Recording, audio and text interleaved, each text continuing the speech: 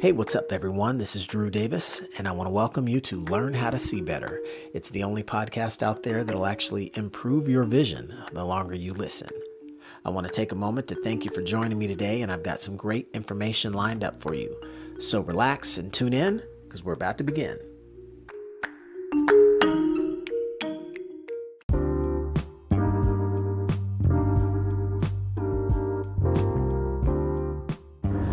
Hey, what's going on, everybody? This is Drew, and I want to welcome you back to Learn How to See Better, the only podcast out there known to enhance your vision the longer you listen. And I hope everyone's been having a happy and safe 4th of July weekend. I think one of the great things about holiday weekends is they give us a little bit of forced downtime. And whether you partake in certain holidays or not, what we find is it's not really up to you to participate in it or not, because the rest of society participates, and that kind of sets the stage, right? You might be working through the holiday or hitting the gym or doing other things that matter to you and taking no days off. But what you may find is, wow, most of the restaurants around town are closed, or Costco's crowded, or whatever the case may be that might throw off your typical routine. It doesn't necessarily have to do with whether or not you want to participate in a certain holiday or not. And one of the things I was thinking about recently that I just kind of noticed, it's one of those things that you become more aware of your surroundings. And one piece that I chuckle about as it pertains to holidays is the fact that many times we allow ourselves to get kind of holidazed and, just kind of enamored by the idea of the time off. And as good and useful as rest and relaxation is, I think sometimes the traditions almost seem to encourage a little bit of overindulgence in one way or another, right? I mean, whether it's your actual thinking or just the environment. I remember, even just on the 4th of July, thinking, there's the thoughts that are trained to come into our head. Like, oh, I'm going to sleep in because it's the 4th of July. It's a holiday, right? But in all reality, when you're on a sleep schedule and you operate pretty much like a machine, you go to bed at the same time, you wake up at the same time. You might want to sleep in, but the fact of the matter is you're on a routine. And if you wake up at 5 in the morning, guess what? Even when you're trying to quote unquote sleep in, a lot of times you don't need to wake up with the alarm clock. You just wake up anyway.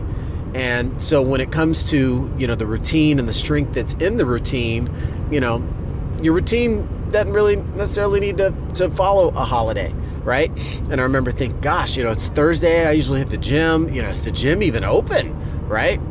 4th of July places might be closed during the middle of the week. Well, fortunately, the gym was open, which was great. I was able to go in there and do my thing. And I remember one of the first things that came through my mind was like, hey, how come there's nowhere to park? It's a holiday. You figure everybody's sleeping in and drinking beer by 10 a.m. But no, it was crowded like it was January. And I'm thinking, what are all these people doing here? And it was full of people that aren't usually there, right?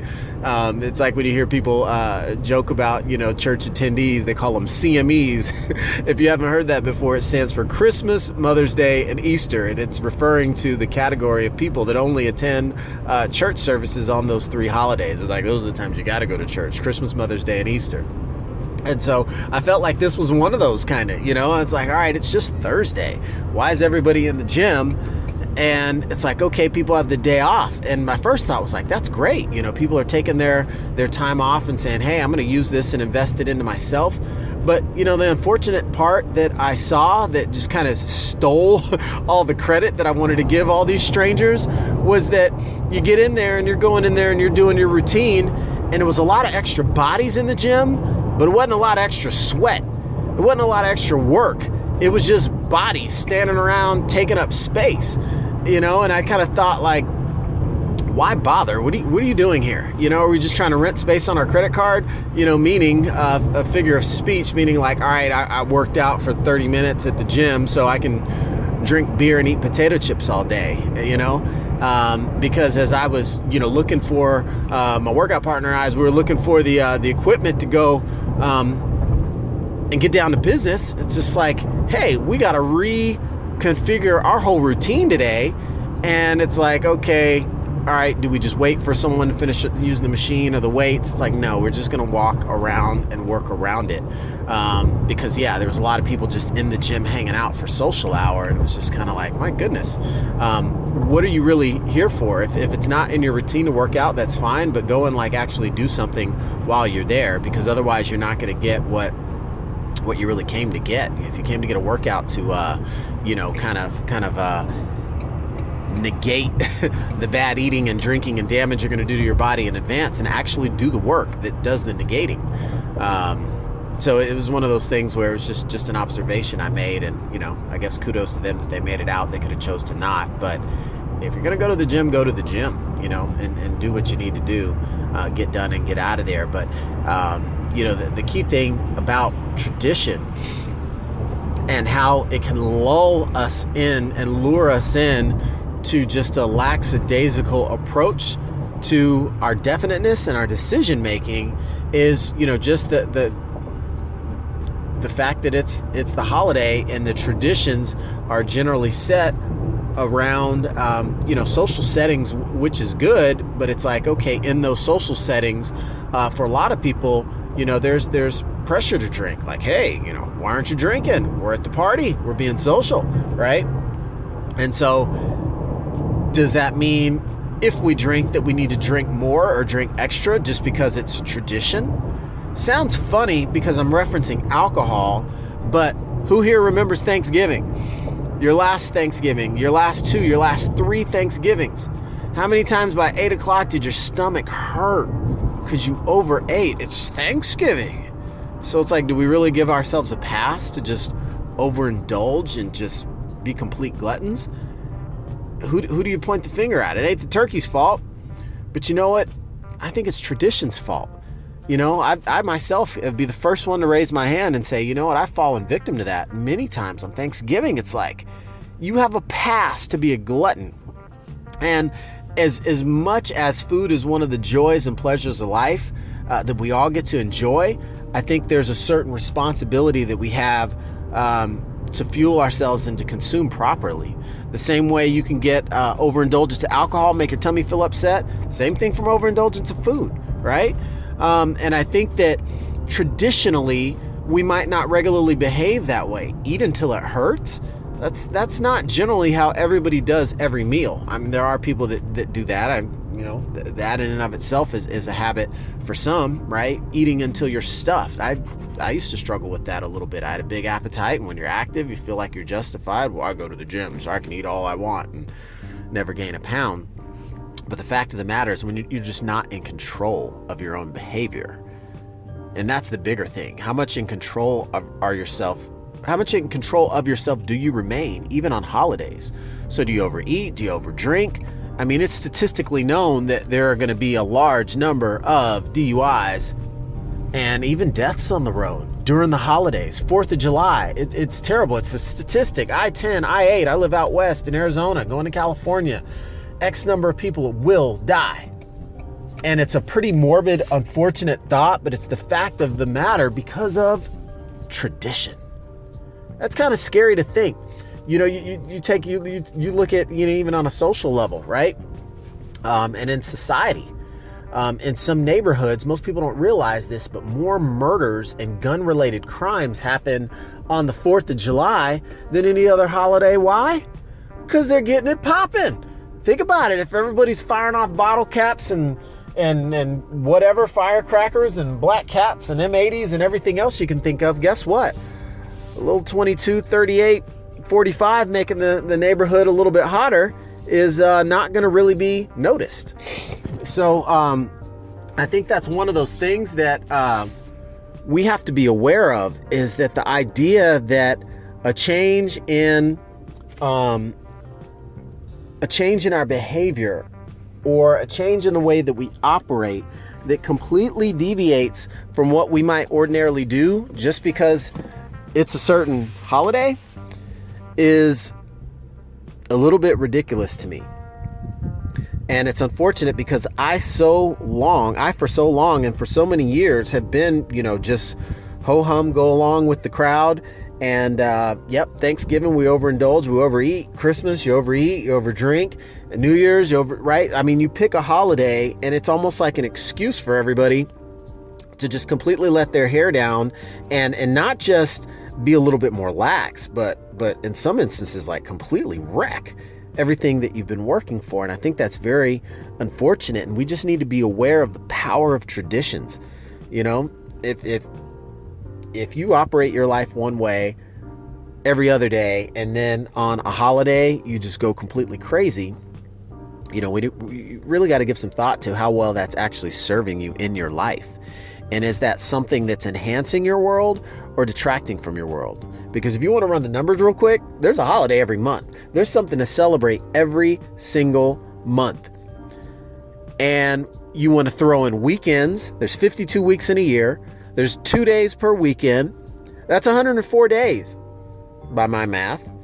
And then you add another dozen days, 12 to 15 days for holidays. Got to count your birthday as a holiday, right? So without much effort at all, you're at like 120 some days. How many days are in a year? 365. Leap year, 366. So all of a sudden you have a scenario where up to a third of your year, if you're the type that lets your hair down and relaxes and just goes with the flow and tradition every holiday, and you take the weekends off and you just, kick back and don't really operate or live with any particular amount of definiteness in your world, that means a third of every year you're pretty much, yeah. When you look at it like that, it's a lot more significant, right? A third of the year you're taking off.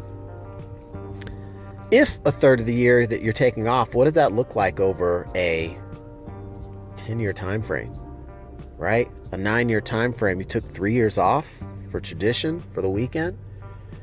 And, for any of us that wonder why we haven't attained or achieved certain goals in life, there's a big portion of the answer. If we're constantly adapting our behaviors to the whims of the regular folks, the average Joes, the individuals that are just camping or quitting, you won't become a climber. You won't be able to activate the inner strength that allows you to fully unlock your potential. And it's not that I'm not anti-holiday at all. What I'm anti is the idea that we can completely throw all of the things that matter to us to the wind. It's one thing, okay, you're on a diet, you decide to, stop by the, punch bowl, get a little sip, have a cookie, that sort of thing. It's like, all right, you didn't completely wreck everything. You might have operated outside of your norm, but if you can still have some level of restraint. It's the person that says, oh, it's my cheat day, and they smash 28 cookies and consume about 1,000 calories of pure sugar, and then get mad at like the diet they're on or that the gym's not working for them because, they let one day, and it's not the one day. It's not the holiday that gets people. It's the holidays that people fall into when they flood their brains and bodies with a whole bunch of junk. And then what sort of lingering effect does that have on your next day? That holidays that you slip into all of a sudden stretches into day 2, day 3, day 4. It's a holiday weekend, right? And that's why it's, one of my mentors said early on when I was first in this personal development space, he said, hey, it's a holiday, not a holiweek. And he was referring to Christmas. So many people completely check out. Like after Thanksgiving, the year's about over. I remember back when I was in corporate, it's like once you get through Thanksgiving break, there's a couple of formality calls and days of work, but everybody's checked out. They're using up all their vacation time because it doesn't roll over to next year. You got people with special situations and just people are mentally done, right? They're just mentally done. And so I think that we have to recognize that. I really do. I think we have to recognize that a holiday is just that. It's holiday. It's not a holiweek. And don't fall into a holidays because that's what stretches it into days and a week. And then you wonder why it's January 15th. You haven't even made it to the gym yet because you're still hungover from the Christmas 2 weeks that you took off, right? So I guess I just, for me, it's not about trying to get on anybody, any kind of soapbox, but to raise awareness when we're having that good time. Okay, if you want to go ahead and, tide one or two over and have a little bit of extra, whatever. All right, do you, but also recognize the compound effect, right? And if you totally tear it down, on that fourth and wake up with a fifth, you smash a fifth on the fourth and wake up feeling like, you got hit by a Mack truck. You have to understand that there's a lingering effect there that we have to be aware of, that, a lot of instances we can do without. So sometimes it's just a matter of regulating our decisions a little bit better. And we don't have to give in to tradition. Oh, just because everybody else is getting wasted, I'm going to too. Just because everyone else decided to just, completely carb it up and just, literally be a pig in a trough. That doesn't have to be you. You can have a slice or a taste of it if it is something that's too much for you to address up front and say, I just can't break the tradition. Maybe I can wean myself off of it. It's all right. Everybody's addicted to something. But having that awareness, because awareness really is one of the first things that is going to initiate the change. You have to have awareness before you have change. You have to be aware that you are, in the muck and mire before you can do anything about it. And that's all I want to do is encourage people to, enjoy the time, but a lot of us aren't working hard enough to achieve our goals. And if we use every holiday as an excuse to let our hair down, kick our feet up, it's like, okay, so you got off work Wednesday at 5 for 4th of July, and you're in vacation mode through the 4th, Friday the 5th, Saturday the 6th, Sunday the 7th. How productive do you think you're going to be on Monday the 8th? Right? Now it's Tuesday the 9th before you're even getting back into the swing of things. And the last time you're actually working, doing anything productive was on Wednesday the 3rd. Do you see how that simple error in judgment by celebrating the holiday, falling into holidays, and stretching it into a hollow week can wreck your productivity? That's all I'm trying to say. So watch out for tradition. The traditions can trap you. Traditions are fun and enjoyable in concept, but we need to be aware of the effects of tradition on our lives if our lives and our lifestyle and our goals that we have set don't really align with that. So, hey, you're training for the marathon. Just because it's a holiday doesn't mean you go and smoke a pack of Marlboro Reds because it's a holiday in the middle of your training. You know what? There's always going to be another holiday. You can celebrate when you're done grinding, getting to your goal, right? And then still be able to take the time you need and then get back to whatever your next goal is. And I think that if we just slightly looked at tradition as not one of these things to protect and defend, not every tradition is good. And we have to acknowledge and wake up to recognize that some traditions are against our objectives. And don't be afraid to shoot those sacred cows, because sometimes you have to let them go if you're really going to have a shift in your thinking to unlock your full potential. So it's just something to give some thought to. It's one of those things as I reflect and redirect my thoughts about how I feel about certain things. And when I find myself in a position where I don't have the best feeling about how so many instances I see people just totally let go and almost they disrespect their own values a lot of times. Like, hold on, I thought you're all about this, then how come it's about that? It's one thing, we all drift a little, but in some instances and far too often people completely it's like you go anti everything that you're pro on this one day. And the trap door is when it's not just that one day. Is when that day goes into days. That's why I call it holidays, D-A-Z-E, because sometimes that's what we're operating in when we allow our holiday to shift into holidays and it shifts into a hollow week. It's because we're in a daze. It's too much sedation. It's too much overindulgence that clouds the mind and provides either brain fogs, hangover, a body lull, lethargy, you name it. And all I'm trying to do is help people see better and recognize some of the flaws and errors in our judgment, the flaws in our logic that lead to errors in our judgment. And it's small errors in judgment repeated every day that pave the path to failure.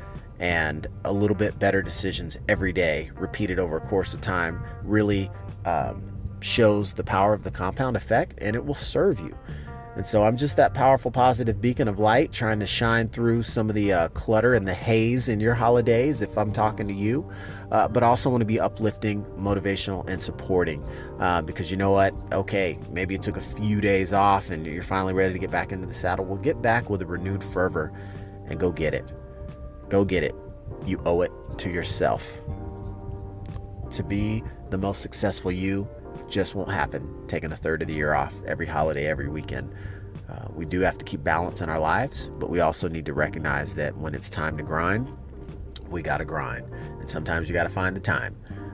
So as you all go out there and look to reach your full potential, just be sure to keep a keen eye out for the pitfalls that are out there.